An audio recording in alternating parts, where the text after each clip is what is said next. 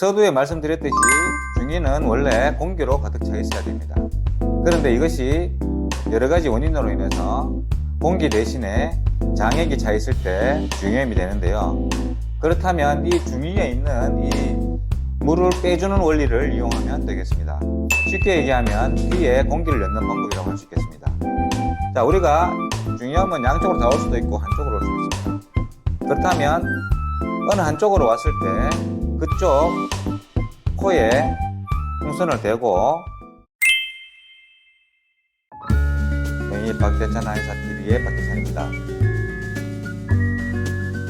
오늘은 만성 중이염에 대해서 얘기를 해볼까 합니다. 초등학교 저학년 밑으로 소아나 유아 시절에 중이염이 많이 나타나게 되는데요. 어른에 비해서 그 발생률이 거의 90% 이상이 바로 소아와 유아들한테서 나타나는 중이염입니다. 중이염이라 하는 것은 귀에서 고막 안쪽을 중이라고 합니다. 그 중이가 원래 정상적인 상태에서는 공기로 가득 차 있습니다.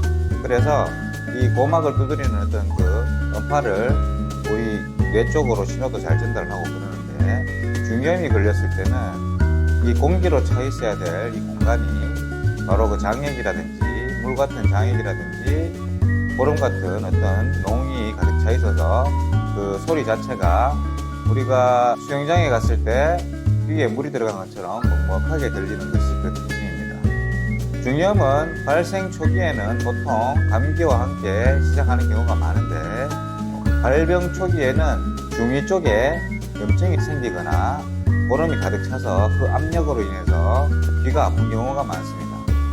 이럴 때 애들이 엄마 귀가 아파요 뭐 이런 식으로 얘기를 했을 때 병원에 가서 보면 중이염일 가능성이 높죠. 하지만 중이염이 모두 다 통증을 동반하는 것은 아닙니다. 통증이 없이 별다른 증상 없이 중이염을 갖고 계시는 분도 많습니다. 이런 경우에는 우리 애가 자꾸 TV를 크게 틉니다. 불러도 대답이 없어요. 이런 식의 증상을 호소하시는데요. 우리가 코가 평소에 안 좋거나 잦은 감기를 하는 애들 같은 경우에는 이렇게 소리 없이 아무런 증상 없이 중이염이 생겨서 장기간 갈 수 있으니 주의하시고, 감기가 걸렸을 때 꼭 귀도 같이 진찰을 받도록 해주시는 것이 좋겠습니다. 급성 중이염은 감기 초기에 보통 그 누런 콧물과 함께 그 통증도 같이 동반을 하기 때문에 비교적 캐치하기가 쉽지만 증상 없이 귀를 먹먹하게 하는 이 장액이라든지 이 농들이 귀 안에 가득 차 있을 때 우리가 별 큰 불편함이 없다 하더라도 이런 것들이 장기간 오래되면 청력 장애나 청력에 이상이 생길 수 있으니 만성 중이염을 진단을 받으셨다면 빨리 치료를 하시기 바랍니다. 급성 중이염이든 만성 중이염이든 그 첫 원인은 보통 감기나 축농증과 같이 합니다. 90% 이상의 중이염들이 보통은 코 증상과 그 괴를 같이 하고요.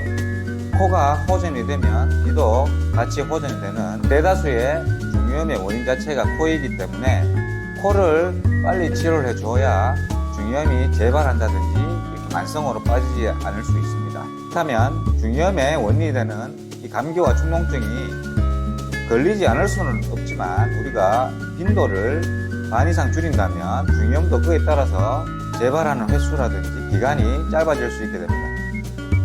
감기가 안 걸릴 수 있는 습관들을 어릴 때부터 가질 수 있도록 해주시면 좋은데, 잦은 감기를 가지고 있는 애들의 특징이 보통 아이스크림을 아주 좋아합니다. 찬 곳을 선호하고 땀이 많은 경우가 많습니다. 중이염이 자주 걸리는 애들한테는 아이스크림을 조금 삼가하시는 게 좋겠고, 특히 새벽에 보온에 신경을 많이 써주시기 바랍니다. 땀이 많은 애들 같은 경우에는 그 땀이 체온을 많이 내리니까 이 체온이 더 떨어지지 않도록 빨리 땀을 닦여준다든지 옷을 갈아입힌다든지 이런 방법을 통해서 감기 횟수를 줄여나가는 것이 또 하나의 방법이라고 할 수 있겠습니다. 보통 급성 중이염은 감기 치료와 그 괴를 같이 합니다.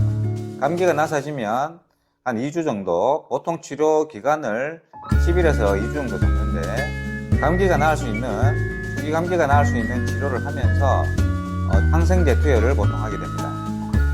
하지만 코 증상이 사라지고 초기 감기 증상이 사라졌는데도 불구하고 항생제를 계속 투여하는 것이 중이염을 낫게 하는 능사는 아닙니다. 다른 코 증상이 없이 염증 반응이 없이 귀에 물만 차 있는 상태에서는 굳이 항생제를 그렇게 계속 넣는 것이 유효하진 않으며, 귀에 물만 차 있는 상태가 계속 유지되는 만성 중이염인 경우에는 항생제 투여는 제한이 되며 보통은 수술적 요법으로 튜브를 심는 기술을 많이 합니다. 하지만 이 튜브를 심는 것이 애들 같은 경우에 전신 마취를 해야 되기 때문에 그것을 우려하시는 분들이 많아서 한의원으로 많이 찾아오고 계시는데, 한의학에서는 그 원인이 코에 아직 남아있는지 아니면 이관이 발달이 너무 미성숙해서 거기에 문제가 생겨서 그런지를 판단한 후에 치료를 하게 됩니다. 자, 그렇다면 집에서 할 수 있는 만성 중이염 치료법에 대해서 설명을 드리도록 하겠습니다. 장기적으로 치료를 해도 잘 낫지 않는 경우에 집에서 자가 치료법을 같이 병행하면 훨씬 더 좋은 효과를 볼 수가 있는데요. 집에서 쉽고 재미있게 할 수 있는 행동을 통해서 귀가 만성 중이염이 더 빨리 좋아질 수 있는 방법을 알려드리도록 하겠습니다.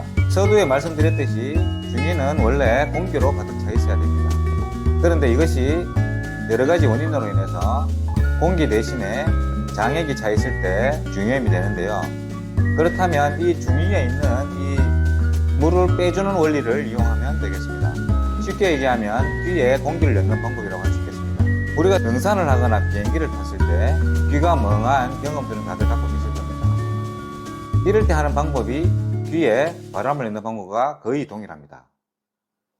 코와 입을 막고 밖으로 풍선을 분다는 생각으로 이런 식으로 숨을 내쉬게 되면 귀가 뻥 뚫리는 경험을 하신 적이 많으실 겁니다. 중이염에서도 마찬가지입니다. 이런 방식을 통해서 귀에다가 공기를 넣어주는 게 중요한데요. 보통 아이들 같은 경우에는 어른들에 비해서 이런 감각들이 많이 약하기 때문에 아이들한테는 보통 풍선을 부는 방법을 많이 선호를 합니다. 자, 우리가 중이염은 양쪽으로 다 올 수도 있고 한쪽으로 올 수도 있습니다. 그렇다면 어느 한쪽으로 왔을 때 그쪽 코에 풍선을 대고 나머지 콧구멍은 손으로 살짝 막습니다. 그리고 이 나머지 중이염이 있는 쪽의 코로 풍선을 부는 것입니다. 제가 시범을 보이자면 뭐 이런 식으로, 많이 크게 불 필요는 없습니다. 이런 식으로 자주 풍선을 불어주시고, 만약에 양쪽 다 그렇다면 양쪽 다 풍선을 불어주시면 좋겠습니다. 너무 어려서 이런 방법을 못하는 아이들 같은 경우에는 입으로 부셔도 됩니다. 이렇게 풍선을 부는 것만으로도 이쪽으로 바람이 어느 정도 통하는 걸 알 수 있습니다. 그렇게 해서 우리가 물로 차 있는 이 중이를 공기방울을 계속 넣어서 밖으로 빼내는데 도움이 될 것입니다. 다만 주의하실 점은 초기 중이염에서 우리가 농이 많이 나오고 아니면 충농증 같은 경우에 호비로 같이 이렇게 농이 많은 경우에는 하시면 위쪽으로 좀 오히려 그 농들이 들어가서 더 안 좋아지는 경우가 있습니다. 그러니까 이 제가 말씀드린 이 풍선 불기 요법은 오랜 시간 그냥 장액성 물로만 차 있는 경우에 코 증상은 별로 없을 때 하는 것이 더욱더 유효하겠습니다. 네, 오늘은 만성 중이염 때문에 고민하고 고생하고 계시는 부모님들, 자녀분들, 제가 말씀드린 방법을 통해서 치료와 같이 겸해서 빠른 치유가 되기를 바라겠습니다. 환절기에 감기 조심하시고 다음에 다시 찾아뵙도록 하겠습니다. 감사합니다.